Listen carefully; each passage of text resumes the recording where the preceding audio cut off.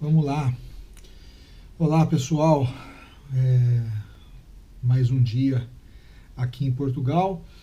E hoje foi o primeiro dia de aula que tive lá na Faculdade de Direito, no curso de especialização em Direito da Medicina. E como eu disse no último programa, eu quero fazer um vídeo por dia, né, um encontro desses aqui por dia, para falar das minhas impressões a respeito do jeito português de observar o direito médico. Eu estava planejando de fazer esse vídeo, ou pelo menos parte desse vídeo, lá no átrio ali da Faculdade de Direito, mas impraticável. Deixa eu ver agora aqui como que está o tempo em Coimbra. Nós estamos aqui num tempo encoberto de 12 graus, mas com certeza tivemos uma sensação térmica muito menor que essa. Mas o pessoal estava animado lá na aula e tivemos discussões muito boas e até para quebrar alguns paradigmas aqui que a gente tem sempre falado. Desculpa estar olhando um pouco aqui para baixo, porque eu estou vendo as minhas anotações aqui, mas a gente vai conversando aqui, olhando olho no olho. Antes de mais nada, se você quiser me seguir nas redes sociais, tá? Procura por @idalvomatos, tem lá no Instagram e no Facebook, você vai me localizar lá. Bom, nós tivemos quatro aulas, né, 4 palestras. A primeira sobre consentimento informado, sobre a capacidade de consentir, a responsabilidade penal médica e a lei de saúde mental. Primeiramente, eu fiquei muito feliz de todas as aulas, principalmente as 2 da manhã, que foi sobre o consentimento informado e a capacidade de consentir. Mudou muito do que eu achava e para mim faz muito sentido, principalmente sobre a questão do entendimento português sobre a importância do consentimento informado. Primeiro, nós saímos de um momento onde a gente tinha a arte da medicina, né, a legis artis, que eles chamam aqui, depois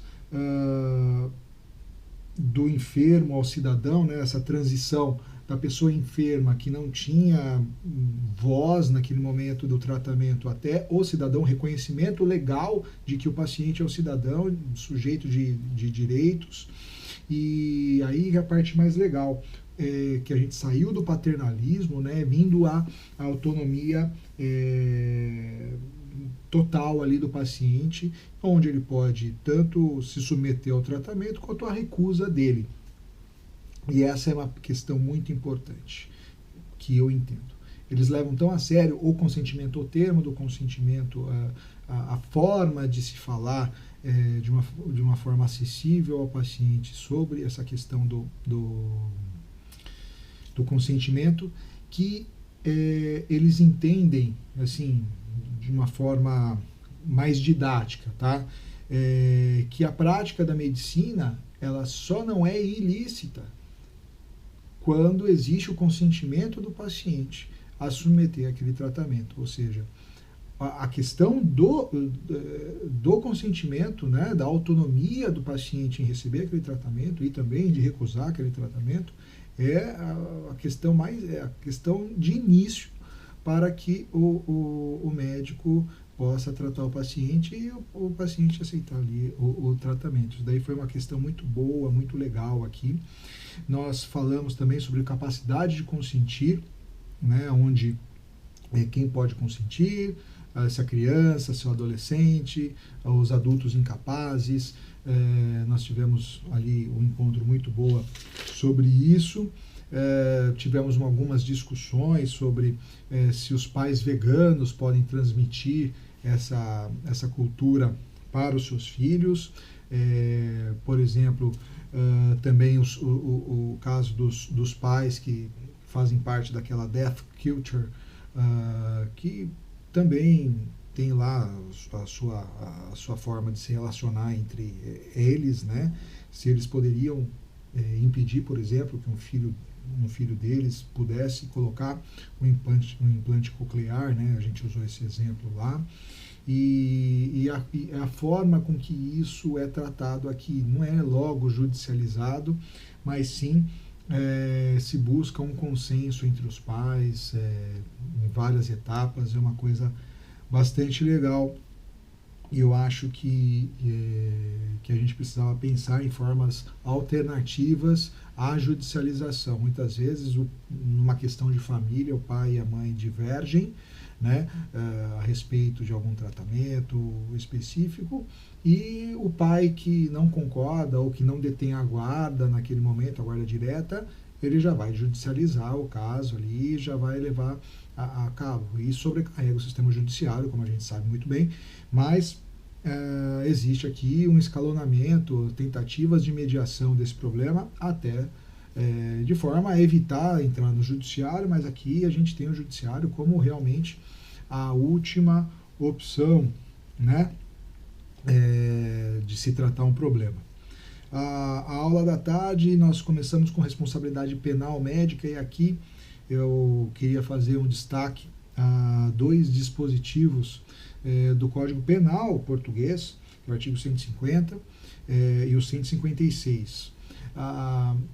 Basicamente, eu não vou explicar aqui, né, o objetivo aqui é passar as minhas impressões e não dar aula, mas assim, em poucas palavras, se o médico seguir toda a legis artis, né, toda a técnica da medicina para disponibilizar isso para o paciente, ele, mesmo que tenha um resultado não esperado, ele não é responsabilizado por crime contra a integridade física da pessoa.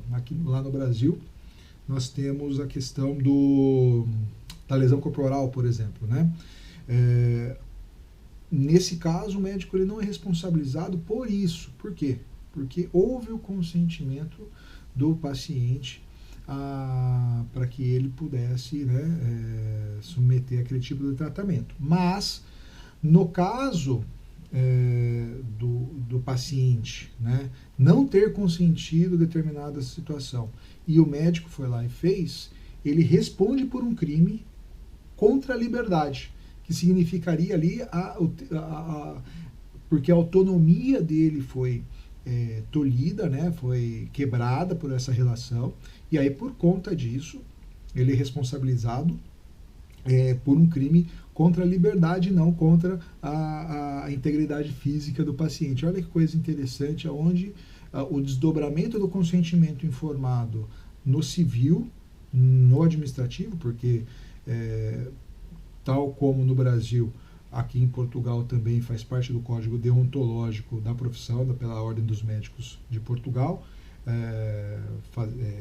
dá toda a informação a respeito de um tratamento, até porque o sistema português é no sentido da plena autonomia do paciente, né?